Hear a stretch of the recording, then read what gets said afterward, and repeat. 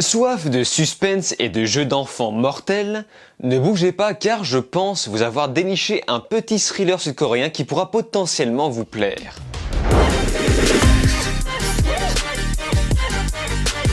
Salut à tous, c'est Vince alias Samir Game et on se retrouve aujourd'hui pour parler d'une nouvelle petite série sud-coréenne écrite et réalisée par un certain Wang Dong-hyuk. Et cette production Netflix est arrivée un petit peu comme une sorte de paquet surprise pour un total de 9 épisodes d'une heure bien ronde, donc accrochez-vous.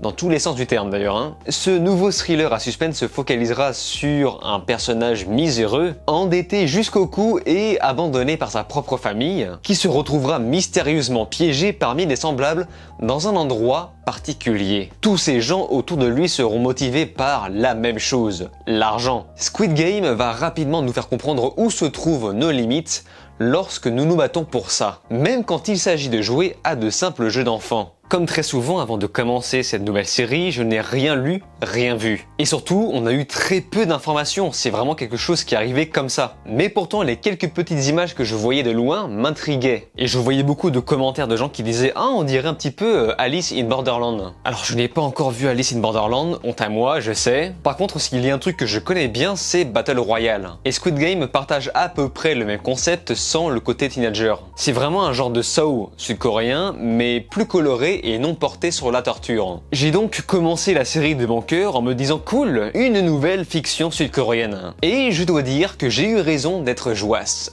Cette dernière est racontée d'un point de vue très caricatural. On se penche donc plus sur une œuvre humoristique, en tout cas sur le point de vue de départ. Et j'ai retrouvé aussi un petit côté parasite. Alors je ne sais pas si vous avez vu ce film, en tout cas je vous le recommande. J'ai retrouvé un peu la même chose, non pas sur le concept porté sur l'argent, surtout que Squid Game parle beaucoup de l'endettement et non de la lutte des classes. Disons que j'ai retrouvé du parasite, plus dans le style sarial, aussi humoristique que cynique. On nage constamment dans une sorte d'humour noir. Surtout qu'il y a aussi un voile très dramatique qui se cache derrière l'histoire. Évidemment, je parle du background des personnages. Les joueurs vont donc devoir traverser différentes salles aussi splendides qu'effrayantes. On se croirait presque dans des espèces de parcs d'attractions Disneyland, Escape Game, mais level hardcore.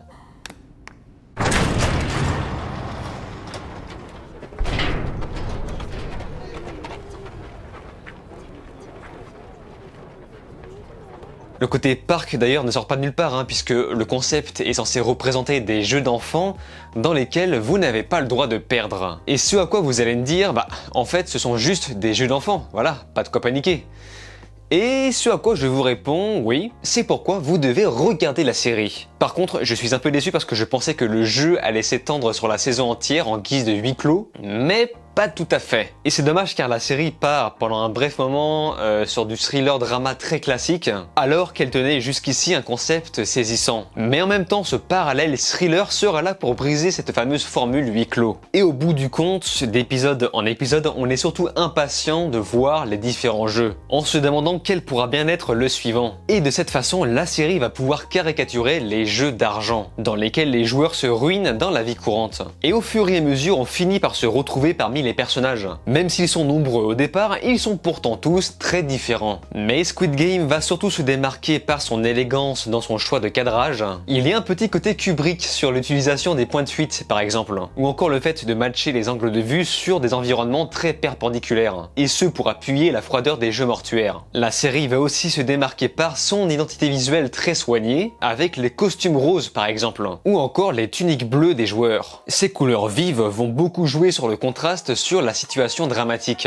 Mais les décors vont aussi énormément impacter sur cette identité cryptique qui nous incite à dévorer la série jusqu'au bout. La musique aussi va poser sa patte sur cet effet énigmatique.